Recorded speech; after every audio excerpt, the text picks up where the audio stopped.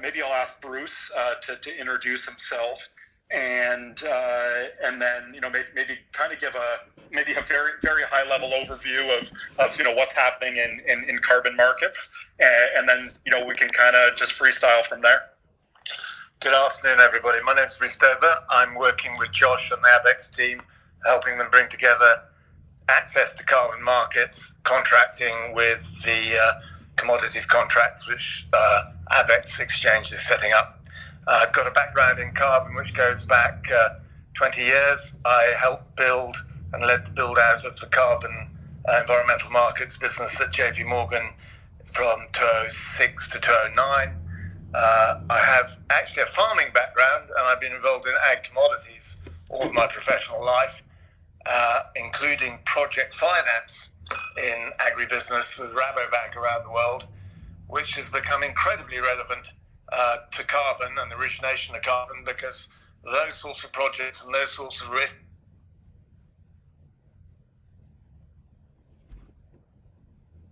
part of carbon 1.0 in carbon 2.0 with the movement towards nature-based solutions, carbon removals. So the carbon market, as Tom McMahon, who I'm sure will speak later, will attest, are in a full renaissance. As Josh has related, the European Trading Emissions Scheme, which is a permit scheme, the price has gone up by 135% in the last 12 months. That is not a carbon offset market anymore. You used to be able to import carbon emissions reductions from the CDM, but it's a really good indication on the way that carbon is going to be priced either as a tax or through market mechanisms, and it's now $50 a ton, and that has really significant implications for any energy business or any business which is needing to price carbon into its cost of production. What we're seeing in the voluntary markets is a resurgence in interest, and is being driven by commitments which are non-compliance, non-regulatory related, being made by corporates around the world and now financial institutions with respect to net zero. Now, I suspect a number of those companies have not really thought through what net zero commitments mean, and that's only just beginning to happen now. But a lot has been done by fad. Oh my God, so-and-so said this, so I'm going to make the same commitment. What it is going to mean is that there will be a real driver for demand for quality carbon emissions reductions and carbon removals. So, whilst the price of voluntary carbon is still $2 to $3 per ton, per 15 to 20, depending on the type of carbon reduction and what is linked to it in terms of the other ESG characteristics of that carbon credit, we are going to see a secular systemic rise in price in this market over the next 2 to 10 years. So I think that gives the background. If anyone else would like to comment or ask questions from here, take it from here, please. Sure. Maybe also Tom, if you want to introduce yourself, and then we can kind of get into the Q&A. Thanks. Tom McMahon. My background is commodities. Come out of New York originally. Spent 23 years on the trading pits on the floors in New York. Began in the ag market, similar to Bruce. Traded coffee, sugar, and cocoa, and then orange juice and cotton, and then moved into the energy space in the 80s with the launch of the crude markets, and then on the board of directors of NYMEX, chaired the committees for the natural gas and power markets, deregs and developments, and came out to Asia 20 years ago.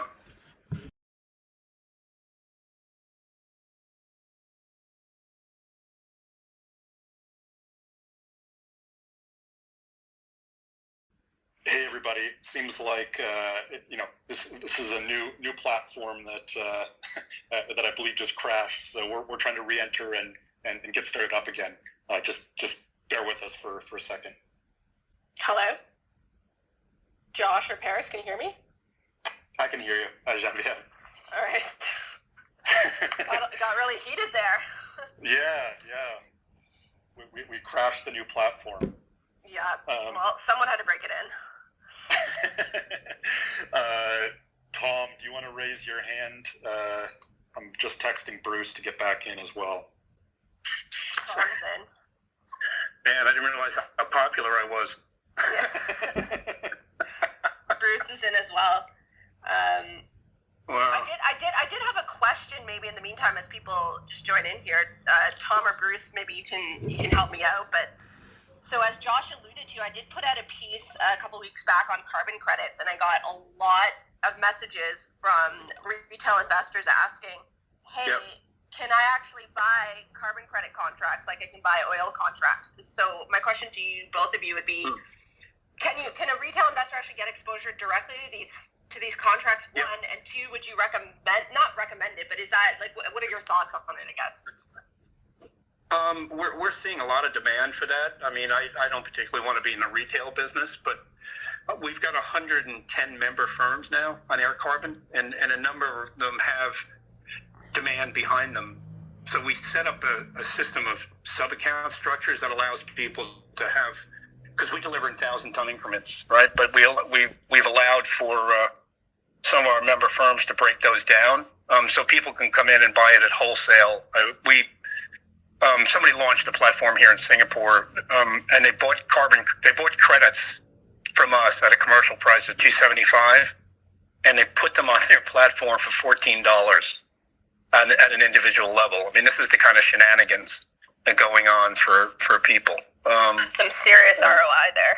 No, it's ridiculous. But even the main bulletin board platform operators, the guys that are known around the world that are good companies, because this space was left wide open from 2012 really through last year, it was really what the market would bear, and they've got notional costs on a per credit basis for anywhere from 15 to 30% over and above. I mean, in traditional financial markets, you're talking about basis points, right? Sometimes single, right? These guys are in the thousands of percentile, and the market is allowing it to happen. There's just a lot of opacity, and that we're sort of breaking some of those barriers down, taking that away. But do we have any idea at this point, like how big? I mean, obviously, we'd just be starting the retail market investing directly in carbon credits. Would be like, if you had to estimate, are we talking like 100 million or? Oh, I think way big. I think way more than that. We've got requests now to wrap crypto in carbon, right? So I mean, part of it is the whole noise around Bitcoin, and Bitcoin is terrible for the environment, and I mean, we can debate that. There's a lot of guys doing very, very clean Bitcoin. But now we've seen a huge request from the millennials, right, and some millennials into all the alphabetic gens that we have in that subset that want to have exposure to carbon, right? And they know how to get it. I mean, part of when I set up Air Carbon and looking at asset-backed token models, I saw that it really was a beautiful fit for lack of a better word, that we could create a definitive and verifiable electronic warehouse receipt with a carbon sitting in a trust account underneath it, right? That became tradable. So it's in the RC20. So you could take that asset and trade it, and we would always make sure that you had a direct verifiability that you had the underlying carbon credit in trust. And now we're getting requests from some of the major platform providers to plug into them and allow them to access it. And wrap up. Yeah. Yep. In response to the question, I would say, yeah, there is extreme interest, particularly from millennials and younger people on the retail side. I think people need to proceed with great care. Yeah. Last time around, there was a huge, in the UK, there was some terrible non-regulated scam carbon credit schemes set up, and people got sucked in. What Tom's doing, what we're doing at Abaxx is to build infrastructure and create, a lot of this is going to be around data traceability. and quality to make it scalable. Now, the Yeah. voluntary carbon market scaling project is really raising the ante on this and trying to do a lot of things fast because the need is there. The actual concrete steps to deliver the sort of infrastructure that's needed to make it safe for people to, retail investors to invest, we're a little bit off of now, I would say. And I would advise retail investors at this stage to proceed with caution. To put it into context, a friend of mine is a managing partner at one of Europe's largest private equity firms that has made a commodity-like investment, and there's a carbon strategy to that. And I said, be very careful, look at what you're being sold. He went, it's okay, we've got a specialist. They told me last week that they've completely peeled back from where they were because the quality of some of the credits they were being sold when they've done more due diligence was appalling and would have got them into trouble. So there is still an element of the Wild West around this, and creating infrastructure, transparency, predictability, so capital can flow to the right places in the right way is the name of the game. And I agree with you, Bruce. So one of the things to try to get around that the flaw, there was a lot of cheap credits that were legacy of the CDM market that had just been sitting on balance sheets as pennies, and the market. I can tell you back in December, the CORSIA compliant credits, which is the aviation standard, one of the products that we have is you could have bought all the credits you wanted, good credits too, out of good projects for 85, 95 cents. Those same credits today are trading $2.85 in just a 5.5 month period. And they're being bought at institutional level for buy and retire on some of the commercials for us. What we wanted to do to avoid a lot of that issue on quality was we put two other layers of verification, not just the registries like Vera and Gold Standard and such, like a CAR. We brought in a ratings group called B0 out of London, and that would rate projects similar to a Fitch or an S&P style, but looking at the carbon credit projects level ratings. And then we also, prior to allowing for a deposit of a credit into the air carbon system, we brought in BSI, British Standards Institute, to do another scrub and verification that all the paperwork and everything in the underlying are true as stated. And then only then does it come into our trust and get minted and put onto chain. So, yeah, it's small steps, but incremental for verification and good delivery status for carbon. Yeah, fascinating. Wanted to also highlight that big hedge fund manager Kyle Bass is in Twitter Spaces. So hello, Kyle.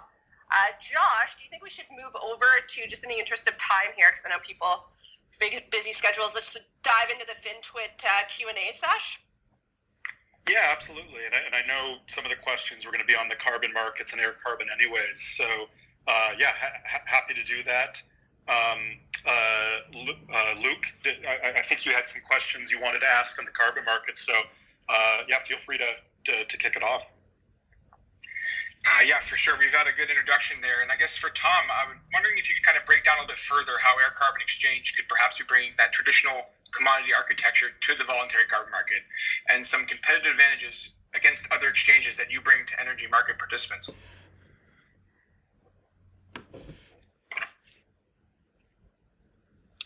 Sorry, guys. Tom? You guys able? Can you, okay, there we go. I heard you, but I think we actually lost Tom and Bruce. There we go. I'm back. I got put to listen. Great. Now I'm a speaker again. I think one of the things that we wanted to do was, the voluntary market had fragmented after 2012, and it had gotten into a space of, I like trees, and I like trees from Sumatra. And I like trees from Sumatra with a project that's from 2019, and I want to pay $3.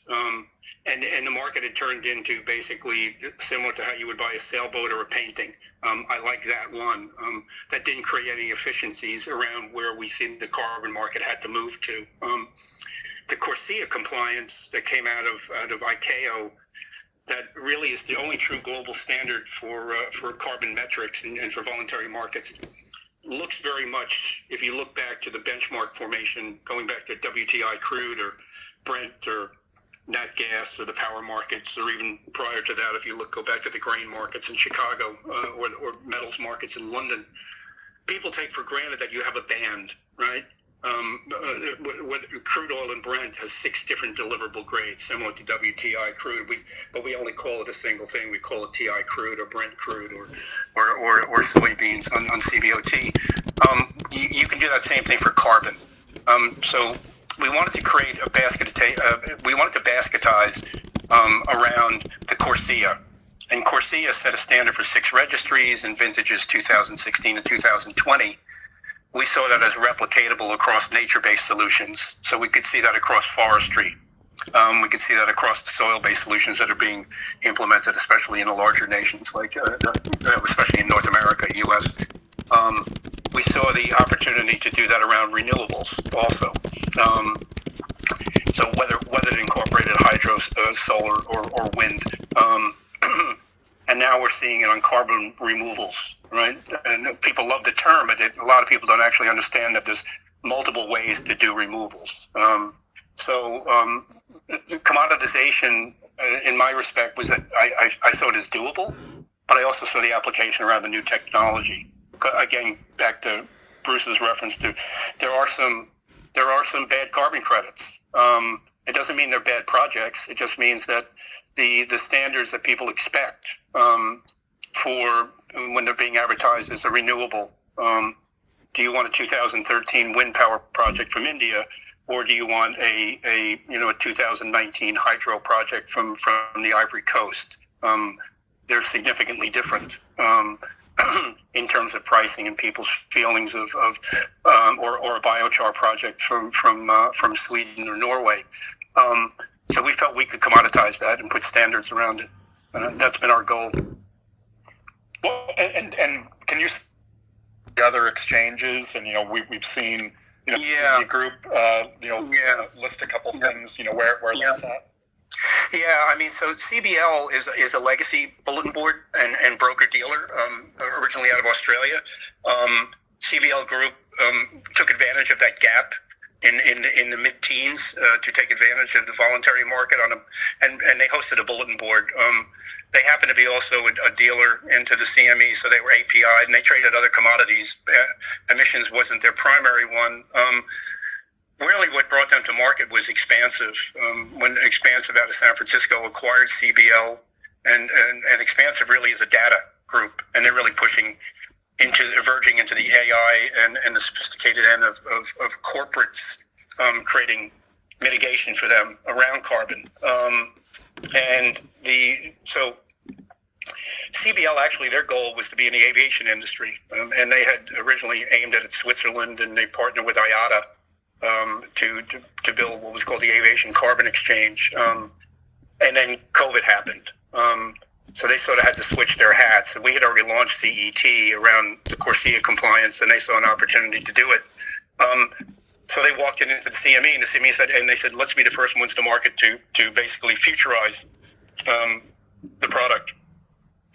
I admire them that they could do it quickly, but I think the key is to get a really viable carbon or any commodity market. You have to have a robust spot market underpinning it. You've got to have a legacy of historic data to do it. The market has been very thin on that because the voluntary market was very opaque, literally up until December of last year. So we were sticking to our guns and building a spot market, a track record in pricing, and where they futurized it very quickly to go after the velocity number as opposed to having a really robust spot underpinning. So they've gone in a different direction. I don't think that's really where this market needs to go. It's great in financial markets, right? It's what everybody wants to be, first to market, scale it fast, but you're not building the foundations you really need. And I think that's really the difference significantly. Those are the only two marketplaces, ours and theirs. Other people still operate the bulletin boards, and other people are going to be very focused on compliance markets. And compliance is not voluntary carbon, as Bruce noted earlier. The European allowance market is a compliance market, and it trades at permission to emit carbon, and it's non-fungible. You can't take an EUA and use it to offset your carbon footprint in Tokyo. So fungibility is really key, and I think that's part and parcel to what we're doing, and similar to what Abaxx is going to do around LNG. I also think because there is a very vocal anti-carbon credit, carbon markets sentiment saying you can't, this is like selling indulgences. I think the duty of care on actors in this market to do things to very high standards is going to be incredibly important. If we hoe back and row back from the standards to create short-term liquidity, we risk destroying the market. Even though it's a voluntary market for, Paris rulebook isn't in place, it's not a compliance market for carbon credits, there is a sort of quasi-compliance on quality, and that's called active NGOs who criticize bad projects. So, what we're doing at Abaxx is setting up some standards. We're not telling people what to do, but we're saying these are things that you need to consider. Here's our calculator for LNG so you can work out what your carbon emissions from A to Z is. These are the types of offsets you need. This is how you can contract the carbon into your LNG futures contract and make it seamless. And that's sort of the aim is to create transparency and scalability because we're reducing the cost of transaction as well. Contract round, and if everyone says, or if half the table says yes, that's a good contract, it probably isn't because it's probably in their favor. And if they say, no, I can't trade that, then that's also a bad contract. Everybody's got to kind of, not perfectly love it, but at least agree on the rules and standards, and that takes a lot of work, and it could take years. Now, to Bruce's point, with the Mark Carney, task force on scaling voluntary carbon markets, people are trying to do this on a global scale very quickly because of the urgency. But our view is let's do it methodical and let's do it right. But I do think some of this work is going to come to a consensus, later this year and next. I firmly believe that, Josh. And one thing which is very different from the last time around is in carbon markets 1.0 when CDM was up and could be traded. The big commodity traders got in there opportunistically and traded it and got in, got out, whatever. And then they disappeared. Now they're coming back in a structural way where they're putting their carbon capability as a standalone capability, which sits across every one of their operational businesses, looking at the carbon liabilities and assets of that business and working out how they can trade it structurally. Because what we're going to see, I think it's almost inevitable now, that you won't be talking about the lowest delivered cost of a commodity from production at mine to processor and on. You'll be talking about, in 5 years' time, across every major commodity, the lowest delivered cost of commodity, including its carbon intensity and value. Yep. And that's why these people are doing it. And that's why they will pay attention to getting market infrastructure and contracts which you can scale and create proper markets through. And this is the process we're in right now. And it's a pretty fascinating one. Mm-hmm. Yeah, great. Thank you. I just realized, with the technical difficulties, we're probably going about half an hour on the carbon market. So we probably want to maybe shift topics a little bit into some of the analyst questions. It looks like we're continuing to have some technical difficulties. I see speakers joining and dropping. But can we try to get James and Edward back up as well? Or are you guys on? Oh, I see Edward there. If you're... Hi, Edward. Hey, can you hear me? I can, yeah. Great. So I guess, do you want to get me to start asking some questions, or what do you want to do now? Yeah. Maybe let's turn it over to some of your analyst questions on the Abaxx front. Again, it's all semi-related topics, but maybe we can start those questions. Sure, perfect. Notwithstanding this morning's press release, based in May's prospectus filing, you outlined timelines for major upcoming milestones, and there was slippage of about 3 to 4 months compared to the timeline set out in October's RTO filing. What happened during that time to cause those delays, and how confident are you of May's timelines, specifically for September's timeline of the exchange launch? Perfect, thank you. No, it's a good question, and you jumped right into to putting my feet to the fire. I like it. Look, I would say, this, what we've been building. Again, remember, we've been at this for about 3 years. Picking an exact timeline when you're really building, an ecosystem of infrastructure is not easy to time. Now, I don't want to make excuses. We're putting a lot of internal pressure on the company to maintain the timelines. But I guess, just to give some context, unfortunately, there are some sort of critical path items, like, obviously our clearinghouse, regulatory work with the MAS, where, we can do a lot of the preparation with clients and technology infrastructure, but there are certain things that, certain pieces of the infrastructure just don't even start until we have that, that piece of paper from MAS. I can use the example of like connecting to the SWIFT network, right? Or some of the work that we do with the FCMs. So unfortunately, there's a lot of things you can do in parallel in a project, and pretty complex project like this. But there's certain things that are reliant on the timelines of the regulatory work.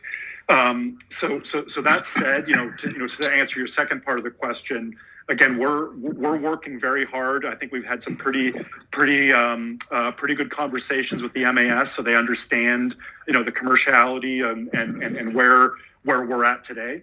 Having been at this for a number of years. And they understand things like, summer bank holidays and so forth. So we're trying to work with everybody to do everything we can in parallel to get to this point of launch this fall.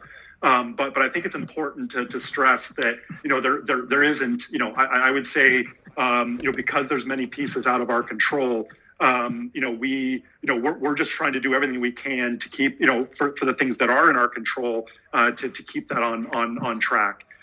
So I would say, again, our goal is to try to do everything we can to get this market launched this fall, and we'll try to continuously update the market. We're not going to wait till quarter ends. We'll jump right into the market and give updates as we get them. If we see any of that timeline slipping. But that said, again, if you see the outline of our press release today, I think internally, we've done a lot of good work, particularly over the last month, to make sure we meet all of our internal milestones, for the end of June, including compressing an entire week to 2 days, the last 2 days, to sort of get everything done for the end of June 30th here. So I think internally we're in very good shape. We've got a very robust system, and I'd say importantly, if you think about building liquidity in a market, and this is probably going to feed into some of the other questions that'll be asked. The positive side of the delays is that it's very different than, say, a software company or something where you start with your initial adopters and then you become a customer onboarding and marketing company for the next 5-10 years. For us, all these delays, we're still building credibility. We're still building client outreach. So even though it hasn't launched yet, if the timeline slips 3 months, we may have more people on day one than if we had launched 3 months earlier, because we are continuing that outlook or that outreach. And I would say on that front, we've had a ton of momentum the last couple months with customers and new people working, new major energy companies joining our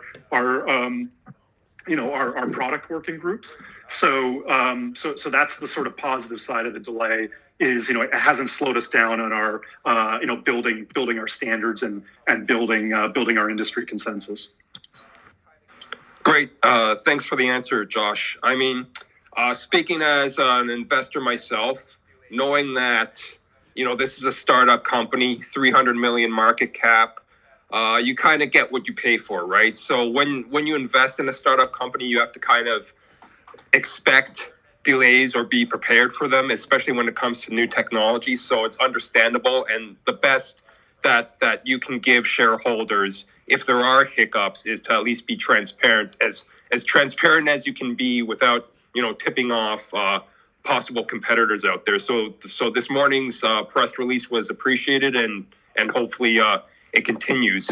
Now, on that vein of the timelines, about the exchange itself, what's the timeline for it to be actually based off of distributed ledger technology, and will it remain crypto platform agnostic?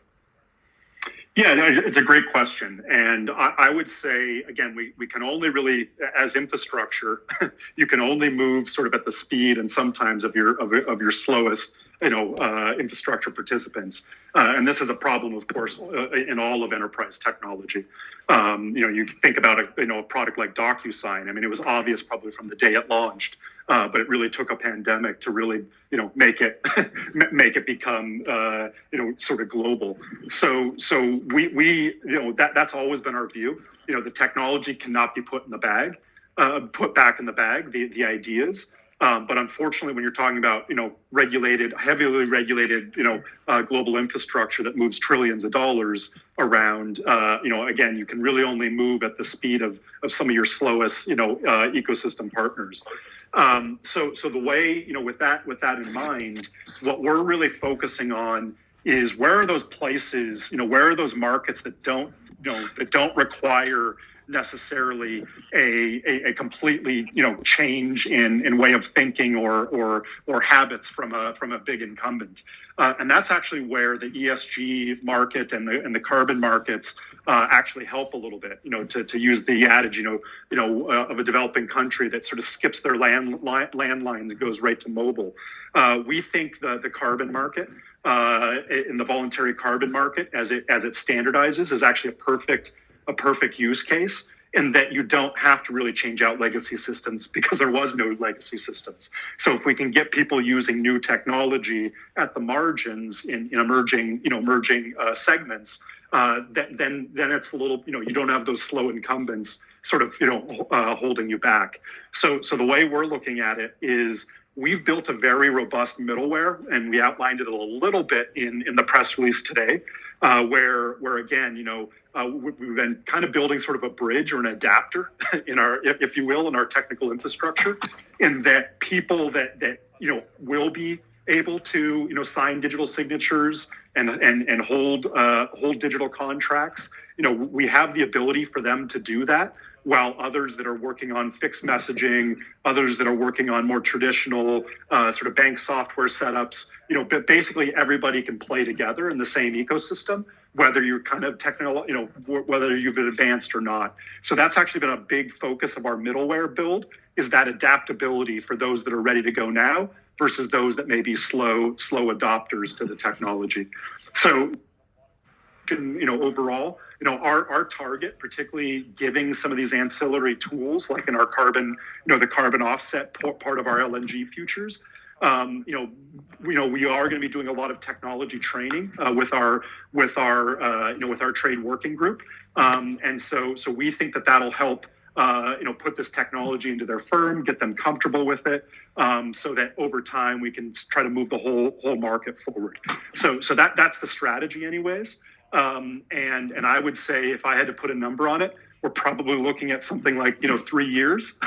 but what we're going to try to do is try to get all of our clients up the curve as fast as possible, and kind of we're looking at sort of a year after launch. That's sort of our internal target, to really start switching over the software. Okay, great. Thanks. I mean, as long as you collect the clients at first, then I think that's what's most important. Then once you have that technology added in, should be able to upgrade as necessary and keep them trading on the Abaxx exchange. So I'm going to, out of respect of the timelines that we have here, I'm going to skip a couple of my questions and get more to the finance side.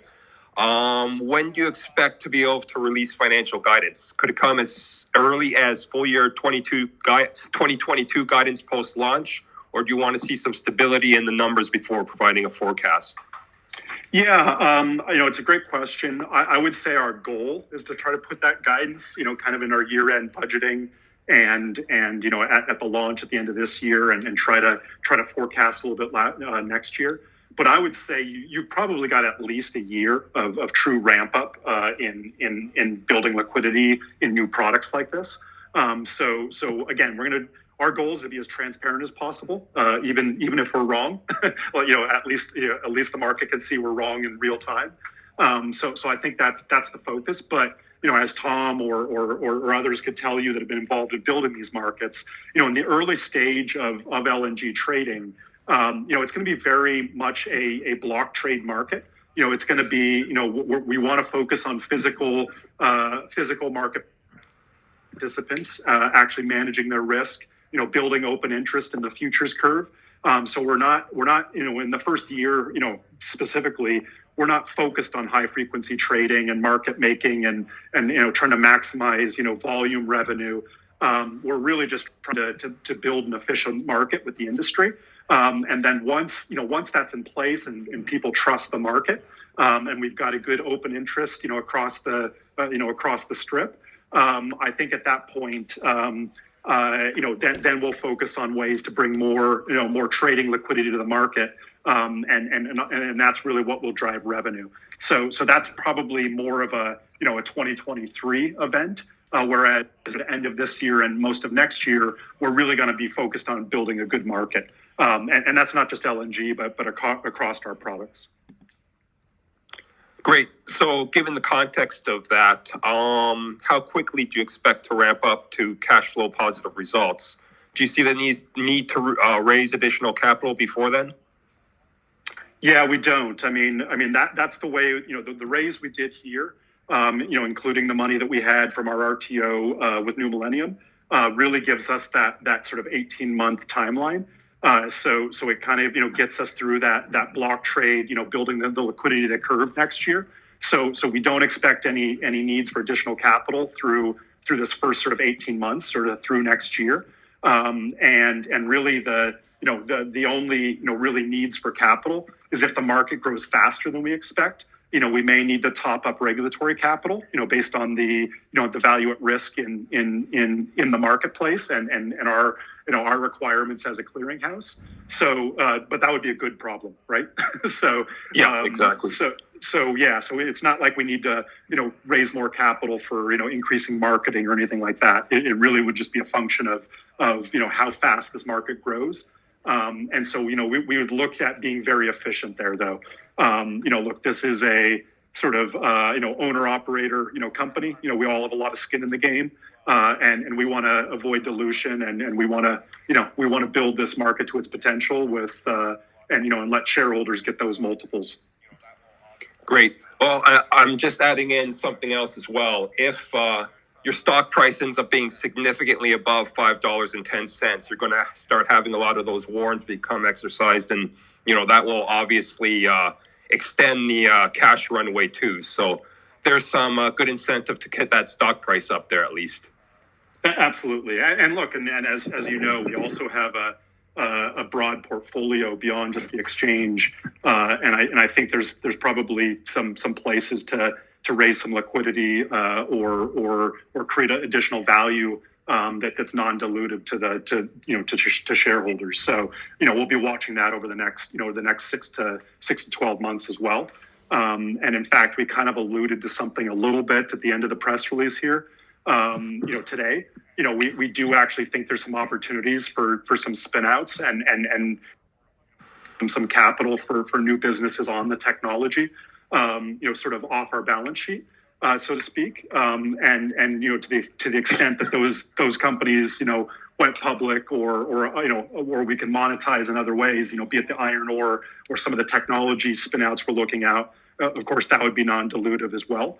And I think there's actually a very good opportunity for that over the next 6 to 12 months. Great. So final question for now. Do you have a timeline for uplisting to the NASDAQ? Yeah, that timeline, we've done a lot of the work, and maybe we can get Wes Fulford to join the speaker. I see him on the call, our CFO. Wes, I've worked with Wes for a number of years. He's got a background in investment banking. He knows the process very well. Having actually moved Bitfarms across two listing jurisdictions. so we have very strong expertise in those cross listings. I would just say we've kind of done the work. We know what it'll take. We've got a pretty good view on the timelines. But we won't uplist to NASDAQ until this market is launched. So, we wouldn't want to do it as a pre-revenue company. But that, again, when we get closer to launch here in the fall, this is something that would probably be, take place on those timelines, say early next year. Okay. Yeah, makes sense. I mean, as a new technology kind of green energy stock, I think people would absolutely love this. Like the Robinhood trader crowd would absolutely love it. The problem is OTC and Neo Exchange, those aren't really the best exchanges for Robinhood. I know Abaxx is on Wealthsimple, but that's another one where I think it kind of gets overlooked. So the sooner you can list on the NASDAQ, I think the better.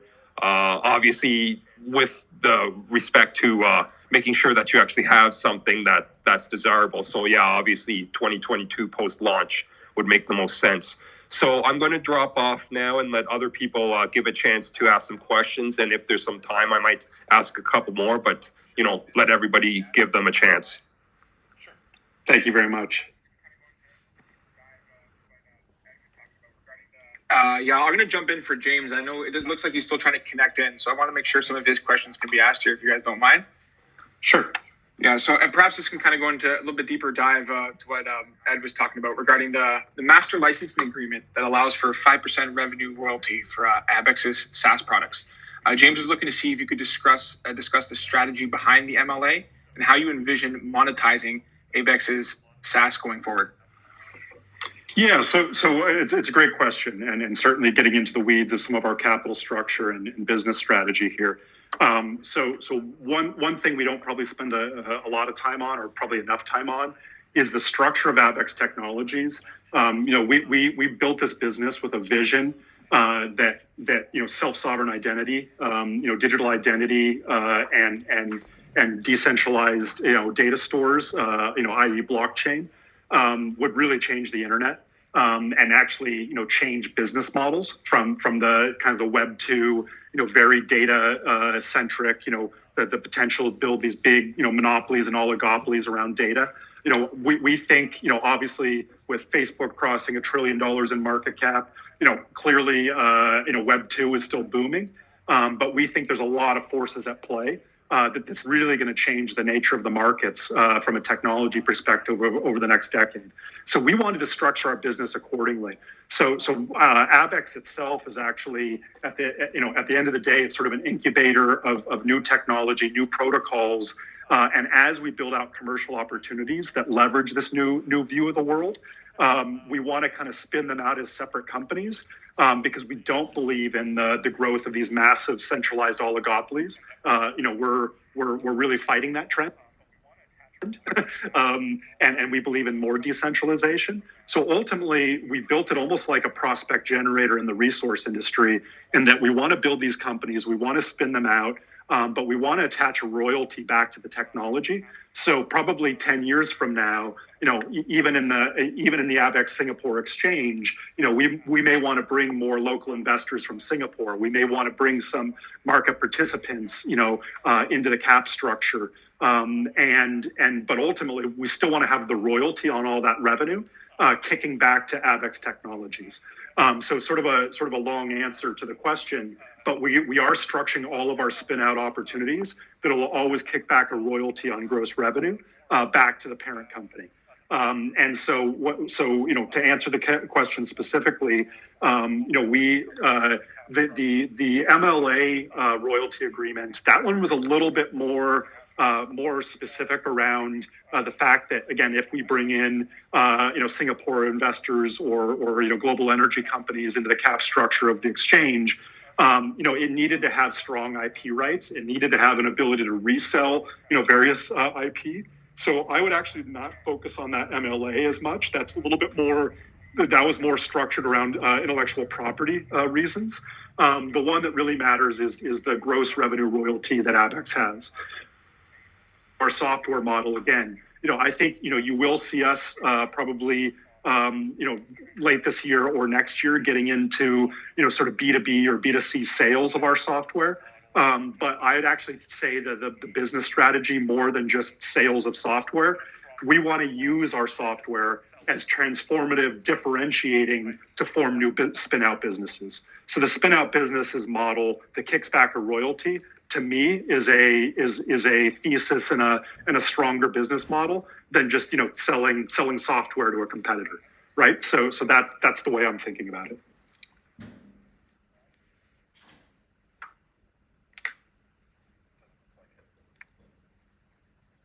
And Luke, have we been able to get James back?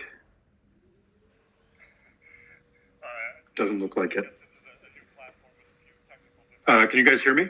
Seems like the other speakers are muted.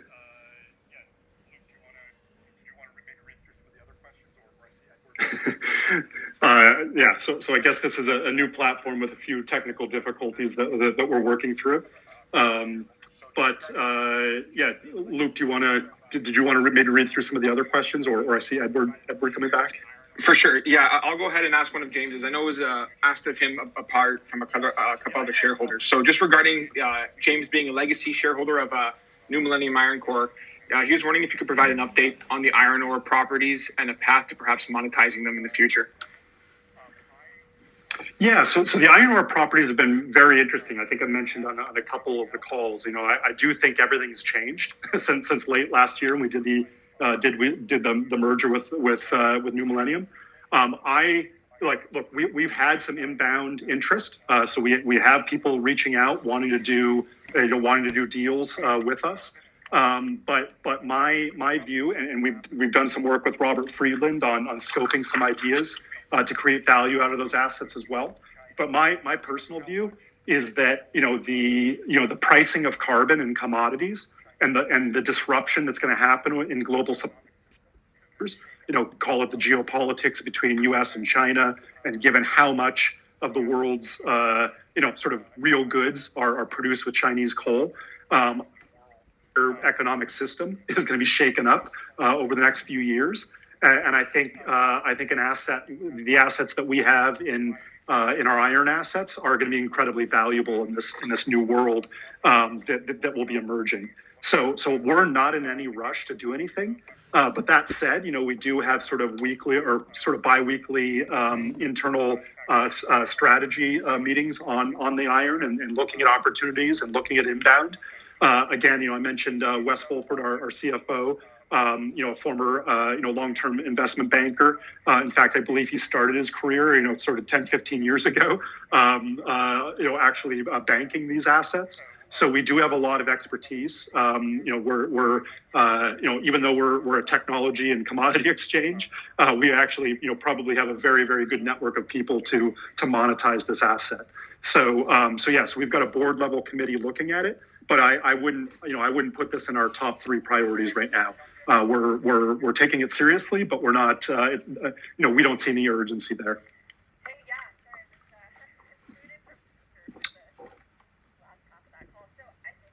Okay, right on. Genevieve, do you want to jump in here? Hey, yeah, sorry, I was booted from speaker for the last half of that call. So I think we should wrap it up here. We've gone 60 minutes, couple technical difficulties, really great insights. I'm more bullish on the stock now. I didn't even know about the NASDAQ uplisting potentially, so that's fantastic. Thanks everybody for joining in. Thanks for everyone, Edward, Luke, for Joe and Josh and Paris for putting this together. And this will be the first of many to come, hopefully, and build out this FinTwit analyst community behind really interesting microcap and small cap stocks that Wall Street's missing out on, because these are very hard to model at this point. Yeah, well, I will say to the technical difficulties, one nice thing is I will look forward to be doing this on our own platform later in the year with ID++, using our own technology. And so that will hopefully help, and people will see sort of the vision that we're trying to pull together. That ultimately we believe platforms like this should be open source and be protocol based. Where one person could log in to their company approved version of Microsoft Teams. Somebody else is on Twitter. Somebody else is in the ID++, Abaxx, application built software, but, all of us can speak, easily, just the way email moves between, Gmail and Outlook and, proprietary servers. So, we think live audio and video is obviously, nothing but in this internet medium.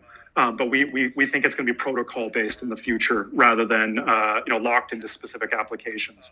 So we want to show that vision, and we'll be holding some calls on our own version of our voice and video chat probably later this year. Yeah, and Josh, I would add to that the transparency behind this, like just looking at everybody's faces on Twitter Spaces, and hopefully you guys will have the same thing. You've got multi-billion-dollar hedge fund managers beside, just normal retail investors, and you can see their faces. I think this is just fantastic and on trend and on mission to democratize access to financial knowledge. So here we are. Thank you so much, everybody, for joining. First of many to come. Thank you, and thanks again, Genevieve, and also a big thank you to James. Unfortunately, some technical difficulties kept him from joining the stage, but the analytical work that he's done on the company is outstanding, and just wanted to give Edward and Luke and James all a big shout out. So thank you, and look forward to more of these to come. Yeah, thank you for having us. Bye, everybody. Great. All right. Thanks, everybody.